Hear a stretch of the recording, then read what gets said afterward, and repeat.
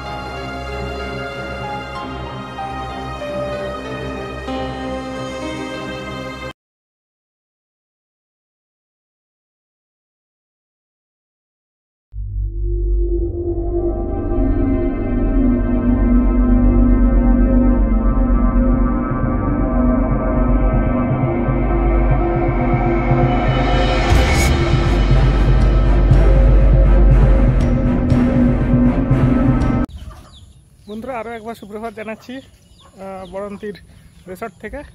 তো এই মুহূর্তে আমি নিকটবর্তী গড়পঞ্চকোটে বেড়াতে যাচ্ছি। গড়পঞ্চকোটের ওখানে প্রাচীন রাজপ্রাসাদ ছিল একটা, সেগুলো ভগ্নপ্রায় অবস্থা, আর ওখানে একটা মন্দির আছে। এইসব দেখবো, আর কিছু টুকটাক আরও জিনিস দেখার ইচ্ছে আছে আর কি। আজকে যেরকম অবস্থা, কালকে রাত্রির থেকে প্রচণ্ড বৃষ্টি হচ্ছে এখানে। এখন একটু ধরেছে। এই বছর বৃষ্টির একটা অসুবিধা আছে সব জায়গাতেই। তো যাই হোক, তবে এখানে ওয়াটার লগিং হয় না, এসব হয় না। পাহাড়ি এরিয়া তো বেরিয়ে যায় জল, সেটা একটা সুবিধা আছে। ফলে বৃষ্টি হলেও অতটা চাপ হবে না। যাই হোক, চলুন তাহলে। এখান থেকে মোটামুটি 25 কিলোমিটার মতো ডিস্টেন্স আছে। গাড়িটা করে যাবো, আমি একটা টোটো গাড়ি ভাড়া করেছি। তো ওই ভাড়া গাড়িতে করেই যাবো। 1000 টাকা নেবে, পুরো সবগুলো যা যা স্পট আছে দেখিয়ে দেবে। তো চলুন তাহলে বন্ধুরা, যাওয়া যাক। বন্ধুরা, এই গাড়িটা ভাড়া করেছি। দাদার নাম হলো ধ্রুব। উনি এখানকার লোকাল অনেক জায়গা চেনেন, যেগুলো আমরা চিনি না। তো ওই রকম বেশ কয়েকটা জায়গাতে উনি নিয়ে যাবেন আমাকে আর কি। তো চলুন তাহলে, ইন্টারেস্টিং হবে, কোনো এক অজানা জায়গা দেখতে পাবো। বন্ধুরা, পুরুলিয়াকে যতই এক্সপ্লোর করা যায় ততই অবাক লাগে। এটা এমনই একটা জেলা, এখানে যে অজানা কত কিছু আছে এবং রহস্যজনক হয়েছে বলে অনেক লোক জানে না। কিছুই জানতো না। দাদা এটা বলছেন যে এই জায়গাটা সম্পর্কে জানতোই না, এটা হচ্ছে বলে আস্তে আস্তে লোকে জানছে। হ্যাঁ, এরকম প্রচুর রহস্যময় জায়গা আছে এই জেলাটাতে ঘিরে আর কি, আনাচে কানাচে, যেটা মানুষ জানেই না। মানুষই জানে খালি অযোধ্যা পাহাড়, তো ওইখানে upper dam, lower dam, Bamni falls, এইসব চেনে খালি। কিন্তু ওটা বাদ দিয়েও যে কত কিছু আছে, সেটা আমি যত ঘুরছি এই জেলাটাতে তত বুঝতে পারছি। দেখুন বন্ধুরা, মুরাডি অঞ্চলটা আমরা ক্রস করছি এই মুহূর্তে। এটা হলো মুরাডি বেঙ্গল ক্লাবের সার্বজনীন দুর্গোৎসব।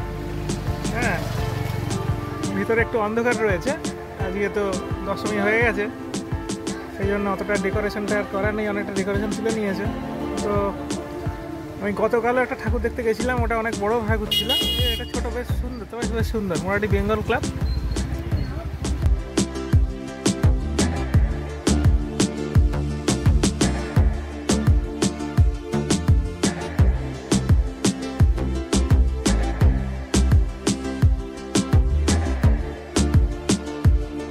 বন্ধুরা, এই মুহূর্তে আমরা গড়পঞ্চকোটের পাহাড়ের ওপরে উঠে পড়েছি।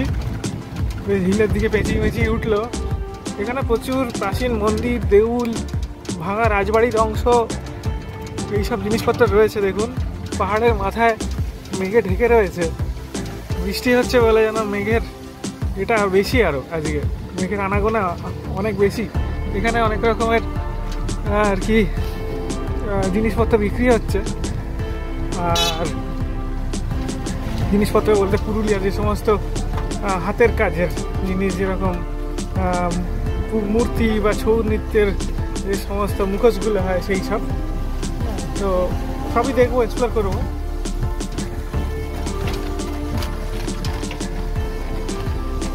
এই দেখুন কত মন্দির আছে চারদিকে, লোকজন দেখতে এসছে। মুশকিলটা হচ্ছে বৃষ্টি খালি, আদারওয়াইজ ভালো। বন্ধুরা বড় পঞ্চকোটে এসে গেছি, তো এখন ছাতা খুলে আমাকে ব্লক করতে হচ্ছে, কোনো উপায় নেই, কারণ বৃষ্টির এত আর কি প্রাবল্য কালকে রাতের পর থেকে বেড়েছে, যার জন্য আমাকে ক্যামেরা বাঁচাতে নিজেকে বাঁচা থেকে ছাতা অন করতেই হয়েছে, ছাতাটাকে খুলতে হয়েছে। এবার যাই হোক, গড় পঞ্চকোটের যে আসল যে জায়গাটা, যেখানে যে পার্কিং জোনটা আছে, কার পার্কিং জোনটা, সেই জায়গাটাতে পৌঁছে আস্তে আস্তে এবার আমি পাহাড়ের দিকে যাচ্ছি। চেষ্টা করে দেখবো যদি পাহাড়ে উঠতে পারি তো কিছুটা উঠবো হয়তো, কারণ বর্ষাকাল এখন অবস্থা ভালো না খুব একটা রাস্তার। হ্যাঁ, তো সেই জন্য বললো যে ওদিকে না যাই ভালো বেশি। গড় পঞ্চকোট হলো ভারতের পশ্চিমবঙ্গ রাজ্যের পুরুলিয়া জেলার একটি ঐতিহাসিক এবং পর্যটন কেন্দ্র, যা পঞ্চকোট রাজাদের নির্মিত দুর্গের ধ্বংসাবশেষের জন্য পরিচিত। 940 থেকে 1750 খ্রিস্টাব্দ পর্যন্ত এটি পঞ্চকোট রাজবংশের রাজধানী ছিল এবং 18 শতকে বর্গী আক্রমণে এটি ধ্বংস হয়ে যায়। এই অঞ্চলটি পঞ্চকোট পাহাড়ের পাদদেশে অবস্থিত এবং পঞ্চরত্ন মন্দিরের ধ্বংসাবশেষ এখানে রয়েছে। গড় মানে হলো দুর্গ, আর পঞ্চকোট মানে বোঝায় 5 বংশের দুর্গ। এটা হলো গড় পঞ্চকোটের ইতিহাসটা, পুরো লেখা আছে। তো সংক্ষেপে দেখে নিন বন্ধুরা এই পঞ্চকোট হিলের মানে এই জায়গাটার ছোট করে মানচিত্রটা দেখুন। লেখা আছে মন্দিরটা সিঙ্গেল পিনাকল, ওই যে মাঝখানটাতে। এদিকে রয়েছে রানী বাঁধ, রানী মহল, দরবার মহল। হ্যাঁ, তারপর এদিকে পঞ্চরত্ন মন্দির, ধারা কল্যাণ সমিতি, হ্যাঁ, কল্যাণেশ্বরী মন্দির, এইভাবে রয়েছে। এগুলো সবই পুরনো স্থাপত্য সব। এই যে মন্দিরগুলো দেখছেন, রানী মহল, এই যে জিনিসগুলো। হ্যাঁ, তো এদিকে বাঁ দিকে রয়েছে পরীক্ষা একটা, বিরাট বড় পরীক্ষা একটা। আর এগুলো এই দিকটা হলো জঙ্গলটা, আর এটাই হলো ছোট করে ম্যাপটা। এইগুলোই দেখার আছে এখানে। আর পাশে লেখা আছে ইতিহাসটা। বন্ধুরা, এটা হলো আদি কল্যাণেশ্বরী মন্দির। এখানে যে প্রবাদটা প্রচলিত আছে, আসানসোলের কাছে যে কল্যাণেশ্বরী মন্দিরটি আছে সেটা অনেক পরে হয়। এটাই হচ্ছে আদি মন্দিরটা। এখানে প্রথমে পুজোটা হয়, তারপরে ওইখানে হয়। তো মন্দিরটার ভগ্নপ্রায় অবস্থা, কিছুই অবশেষ নেই। আর যাই হোক, দেখিয়ে নিই। এইখানে এই হলো মন্দিরটা, ঠাকুরের মন্দির। এখানে একটা ওয়াচ টাওয়ার আছে, এর ওপর থেকে সুন্দর ভিউ পাওয়া যায় জায়গাটার। আমি চেষ্টা করব, কিন্তু এটা একটা প্রপার্টির ভেতরে যা দেখতে পাচ্ছি। এখানে ঢোকা যাবে কি যাবে না বুঝতে পারছি না, পারমিশন নিয়ে ঢুকতে হবে ওয়াচ টাওয়ারটার মধ্যে। এই গেটটার ভেতর দিয়ে হয়তো রিকোয়েস্ট করলে যেতে দেবে। ঠিক আছে, চলুন তাহলে আর একটু এগোই, কী কী আছে দেখি। এই যে জিনিসটা দেখছেন বন্ধুরা, এটা একটা রাজ পরিবারের আর কি রাজবাড়ির একটা ভগ্নপ্রায় অংশ। এখানে আগে মহল ছিল, বাইজি মহল বলে। এটাও রাজবাড়ির মেন মহলটা, তার এই অবস্থা হয়েছে এখন।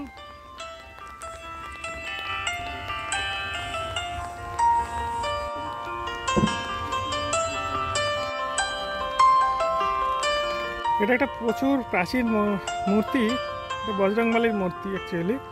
তো অনেক বছর আগে থেকে এটা পুজো হয়ে এসছে, এখন ঘিরে দিয়েছে জায়গাটাকে যাতে ক্ষতিগ্রস্ত না হয়। ওটা দেখছেন বন্ধুরা, এখানে যদি বর্গীদের আক্রমণ হতো বা অন্য কেউ যদি আক্রমণ করতো, যদি বিপদ হচ্ছে মানে ঠেকানো যাবে না এরকম পরিস্থিতি তৈরি হলে এখানে ঝাঁপ দিত আর কি, তখন রাজ পরিবারের লোকেরাও বা সেনারা। দেখুন বন্ধুরা, এটা হলো বন বিভাগের অধীনস্থ জায়গা। এটা পুরো একটা বলতে পারেন ছোট বনাঞ্চল টাইপের। এর মধ্যে দিয়ে রাস্তা চলে গেছে পাহাড়ের ওপরে একদম। তো বনের ভেতরে কি কি জীবজন্তু আছে সেটা আমি জানার চেষ্টা করলাম। এখানে ওই নেকড়ে, হায়না এই ধরনের কিছু প্রাণীর দেখা মিলেছে লোকাল লোকেদের কথা অনুযায়ী। আর কিছু বন বিড়াল বা এই টাইপের কিছু প্রাণীরও মাঝে সাঝে দেখা মেলে। হ্যাঁ, তবে ওই হাতি বা বাঘ টাক ওই ধরনের জিনিস নেই এখানে, ফলে ফ্রিলি ঘুরে বেড়াতে পারছি, সেরকম কোনো রেস্ট্রিকশান নেই, মানুষও যায়। আর এখানে তার মানে হলো প্রকৃতির সাথে ইতিহাসের একটা অদ্ভুত মেলবন্ধন ঘটেছে এখানে। মানে যেমন ইতিহাসের পাতা ঘাঁটলে আমরা যখন দেখতে পাই প্রচুর প্রাচীন মন্দির, দেউল, রাজপ্রাসাদ এই সমস্ত রয়েছে এখানে, যদিও ভগ্নপ্রায় অবস্থা। তার সাথে সাথে এবার পাশাপাশি রয়েছে এরকম বনাঞ্চল, পাহাড়, মানে একটা সুন্দর দারুণ মেলবন্ধন হয়েছে হিস্ট্রির সাথে আর কি প্রকৃতির।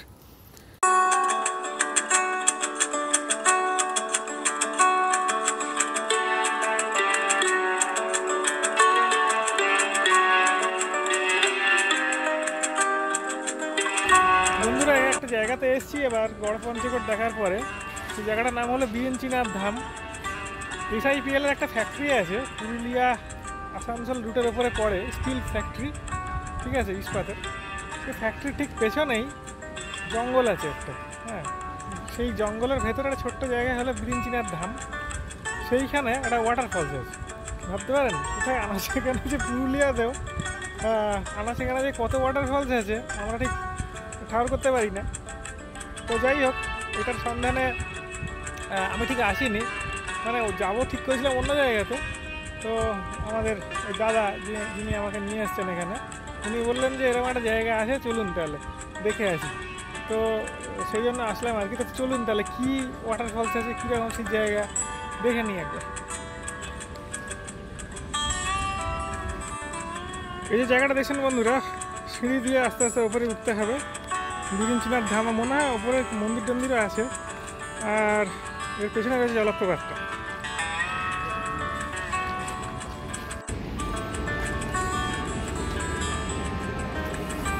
বন্ধুরা, এই জলপ্রপাতটা ওপর থেকে নিচে নামছে এদিক ওদিক করতে করতে আঁকা বাঁকা পথে। তারপরে এসে এইভাবে একটা পাথরের মুখ করে দেওয়া আছে, এইখান দিয়ে এসে নিচে পড়ছে। উপরে মন্দির আছে, অনেকে পা ধুয়ে এখানে কী বলে মন্দিরে যান। তো এদিকে একটা মুখ আছে, আর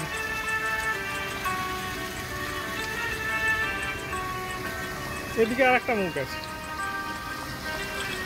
এখানে মন্দিরটা আছে, বাবার মন্দির। এই যে জয় বাবা বিরিঞ্চিনাথ লেখা। তো বন্ধুরা, ঘোরা হয়ে গেল গড়পঞ্চকোট আর ওই বিরিঞ্চি বাবার যে জায়গাটা আছে, যার পেছনে ওই ছোটো জলপ্রপাতটা দেখলাম, এই দুটো জায়গা। তো ফিরে এলাম আবার আমাদের রিসর্টে। দেখতে পাচ্ছেন ব্যাকগ্রাউন্ডটা, সেই সুন্দর ব্যাকগ্রাউন্ড, পেছনে লেক আর পাহাড়ে ঘেরা এই রিসর্ট। আর আমাদের কটেজগুলো এই যে এইগুলো কটেজগুলো রয়েছে। আর এবার হবে খাবার পালা, খেয়ে দিয়ে নেবো। এবার উপরে যাব ওই পাশের বিল্ডিংটাতে, দোতলায়। তো পাহাড়ের ভিউ দেখতে দেখতে খাওয়া দাওয়া হবে। মাছ অর্ডার দিয়েছি, আজকে মাছ খাবো। তো খেয়ে দিয়ে এবার আজকের মতো রেস্ট নেবো, বা টুকটাক ঘুরবো আশপাশটাতে। ওই লেকের ধারটা একটু বৃষ্টিটা কমেছে এখন। তো চলুন তাহলে এবার খাওয়া দাওয়া সেরে নিই। তো বন্ধুরা, কেমন লাগলো ভিডিওটা একটু কমেন্ট করে জানিয়ে দেবেন। আর ভালো লাগলে লাইক শেয়ার করে নেবেন। আর চ্যানেলটিকে সাবস্ক্রাইব না করে থাকলে একটু সাবস্ক্রাইব করে নেবেন। আর এইভাবেই ভালোবাসা দেবেন, তাহলে আমি অনেক ভালো ভালো ভিডিও দেওয়ার জন্য অনুপ্রাণিত হব। সবাই ভালো থাকবেন, সুস্থ থাকবেন। আমি আর ভিডিওটি লম্বা করছি না, আমি এই মুহূর্তে এই ভিডিও থেকে বিদায় নিচ্ছি। আবার দেখা হবে নতুন কোনো জায়গায়, নতুন কোনো গল্প নিয়ে।